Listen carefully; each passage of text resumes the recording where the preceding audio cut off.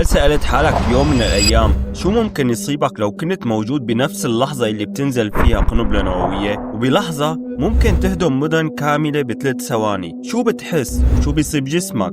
أو حتى شو بيصيب العالم حواليك؟ اليوم رح نحكي عن اللحظة اللي ما لازم نعيشها ولا تحصل. خود نفس، لأنه اللي جاي مو عادي أبداً. قبل ما نبلش لا تنسى اللايك والمتابعة. معكم محمود ويلا نبلش. كل شي بيبدأ بصوت، شي عم يحلق فوقك، صوت خفيف بس في شي بداخلك عم يقلك شي مو طبيعي جاي. الساعة 8 صباحاً، مدينة مليانة ناس، أطفال، طلاب وموظفين، ناس نايمة وناس فايقة. بس فجأة وميض أبيض أقوى من أي شمس شفتها بحياتك. الضوء لحاله بإمكانه يمحيك خلال ثانيتين بس. سخونة مو طبيعية بتحس فيها، توصل لأكثر من 1,000,000 نسبة مئوية، أقوى من الشمس نفسها. بس عم تسأل حالك أكيد، طب شو بحس بهاللحظة؟ بهاللحظة في عقل عم يحاول يستوعب الموت. الإنسان بهاللحظة ما بيفهم، الدماغ بيدخل بحالة صدمة. أول شي بتحس فيه هو الضوء، بتحس كأنك أعمى. بعدين بتحس بالسخونة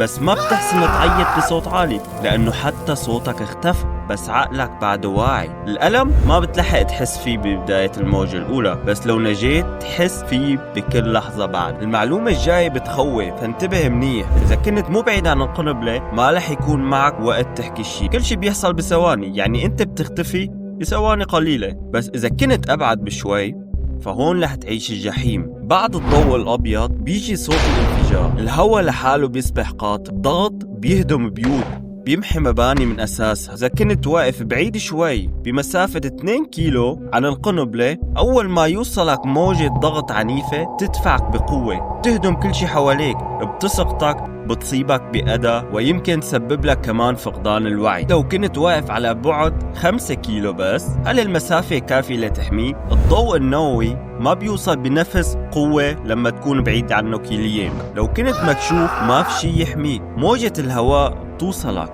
تكسح شبابيك، تحمل أغصان، خشب، زجاج، وكل شي ممكن يصيبك بقوة. أما الشي الأخبث، يعني حتى لو نجيت من الموجة الأولى والموجة الصادمة، في شي ثالث ممكن يدخل جسمك بدون ما تحس. وفي حالات الناس بتموت بعد أسابيع، وهذا الشي سببه التسمم الإشعاعي. طيب شو هو التسمم الإشعاعي؟ وشو الإشعاع بالأصل؟ الإشعاع جزيئات ما بتنشاف بالعين عم تدخل لجسمك، بتشوه خلاياك، بتفكك الحمض النووي، بتسبب نزيف داخلي وبتضعف مناعتك، بصيبك تقيؤ، تعب، نزيف من الأنف، وبالنهاية الموت البطيء.